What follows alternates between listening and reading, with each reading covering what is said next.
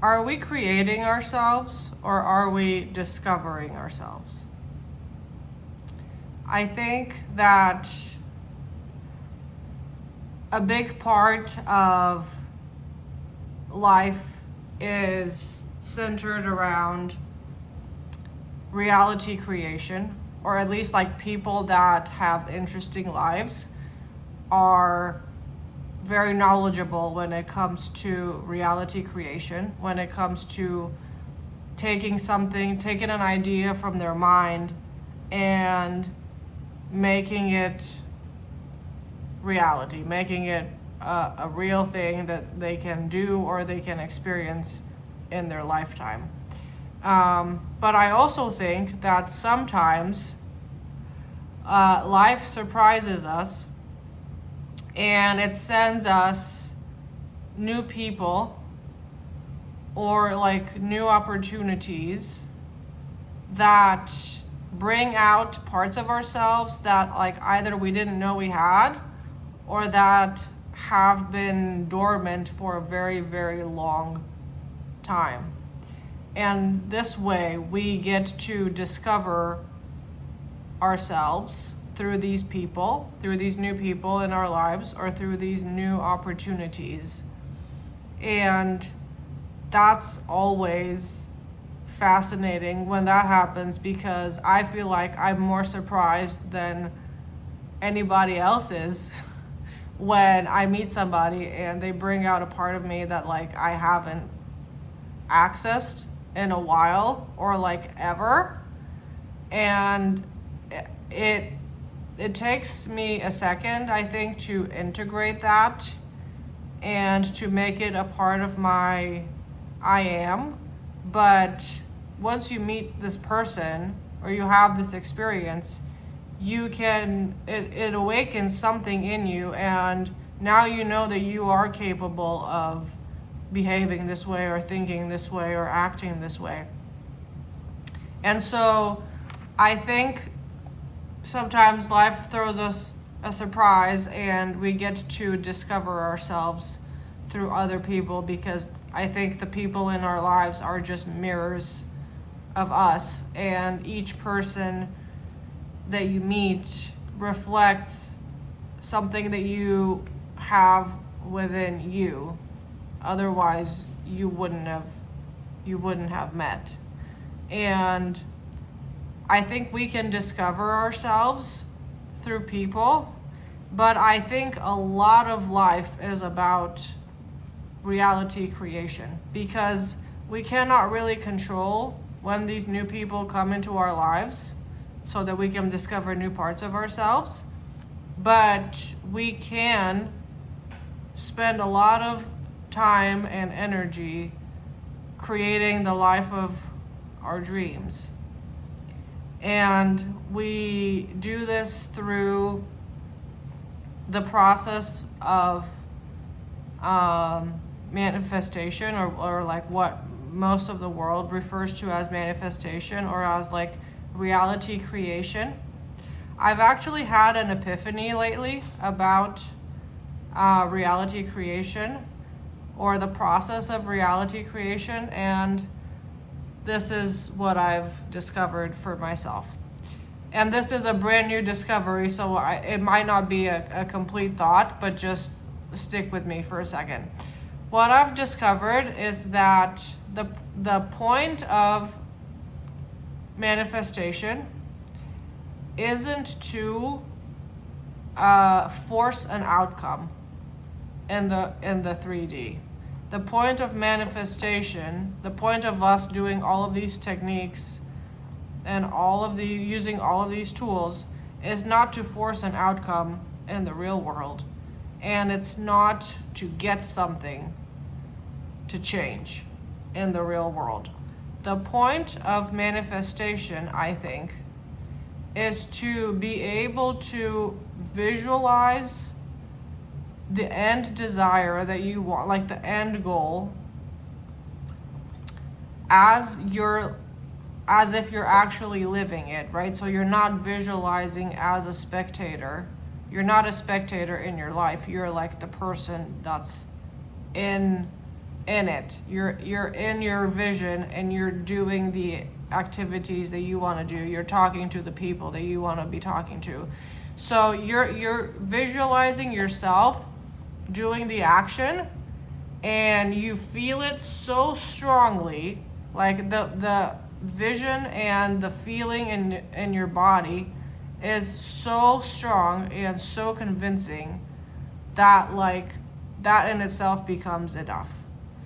That feeling that you generate in your meditations or in your visualizations is so strong and so convincing that you stop looking for evidence entirely. Like you stop checking. You're not trying to get anything to happen. You're not trying to force any outcomes. You're just like enjoying the feeling that you have had when you were visualizing or when you were meditating. And this has happened to me recently in a meditation, and I saw the end that I wanted so strongly and so vividly that it was I think it was convincing. Like, I think my brain thought it was real for a second, because when I opened my eyes and I went on with my day, I didn't feel the need to do anything about it. Like, I didn't feel the need to check if it worked.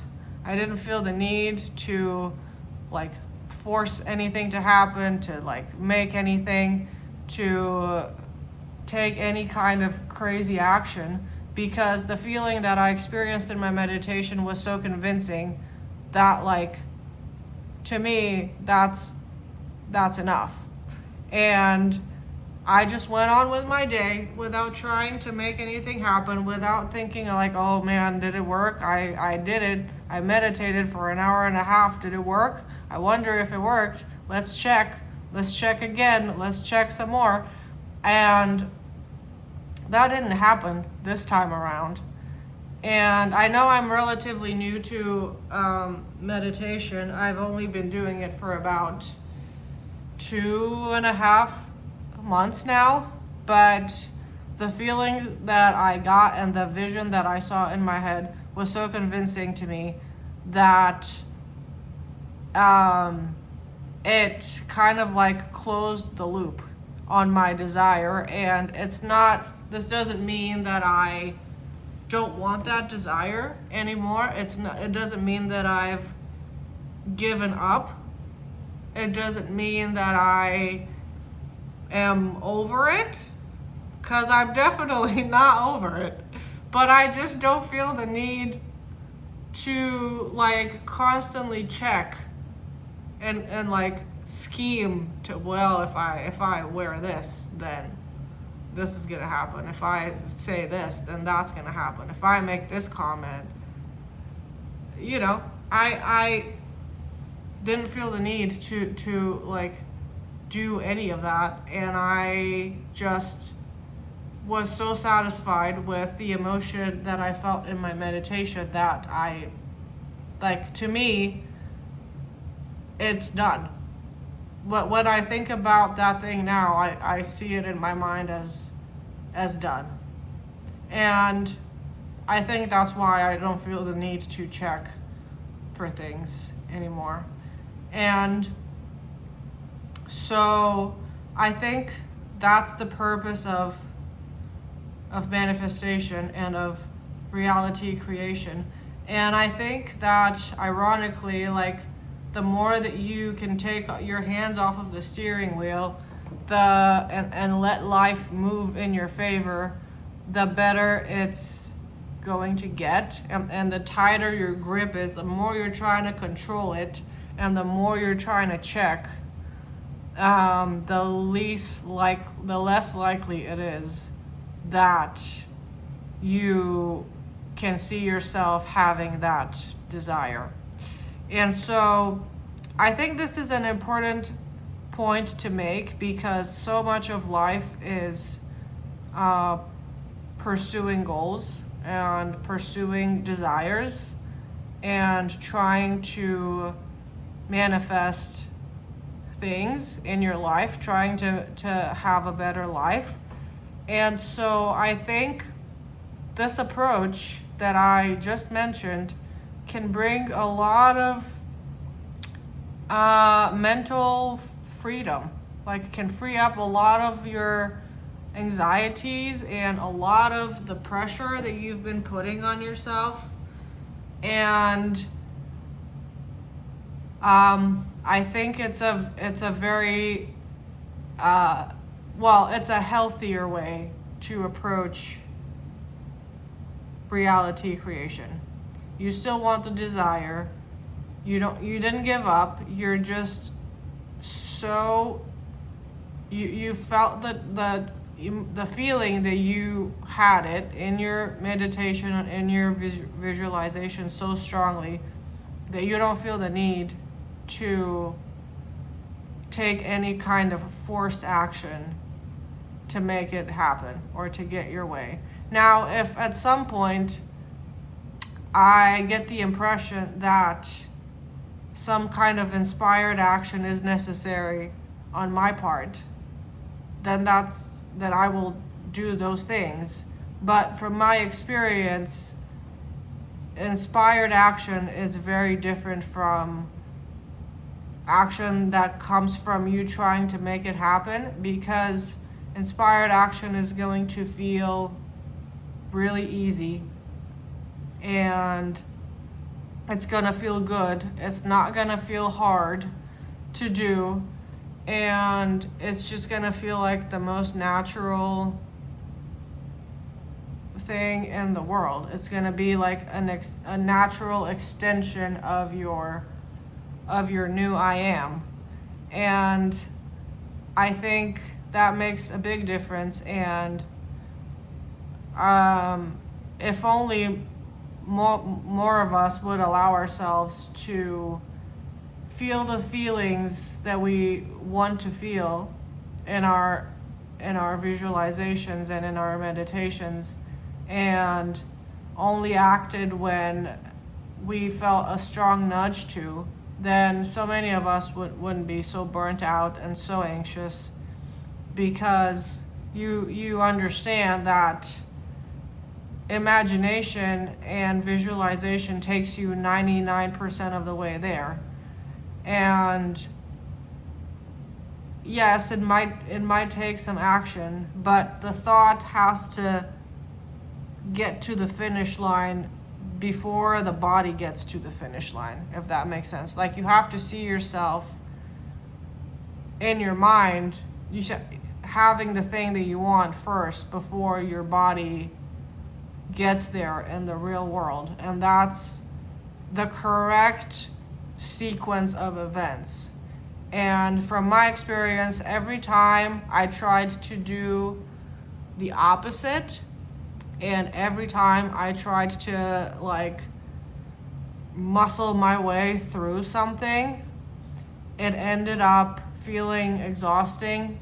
It ended up taking a lot of energy and wasting a lot of money and feeling disappointed sometimes, and feeling tired and burnt out and dissatisfied with what could have been a really pleasant experience if I just saw it as done in my mind first.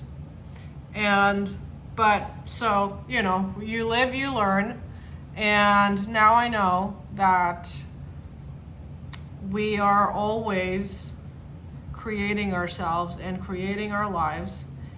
And the mind has to get there first, and then the body will follow. If this kind of video is interesting to you, if these kinds of topics are interesting to you, then you would definitely love my book that I wrote. It's called Mastering the Middle, and you can find it on Amazon. I will leave the link for this in the description box below. Thank you so much for watching this video, and I will see you again soon. Bye.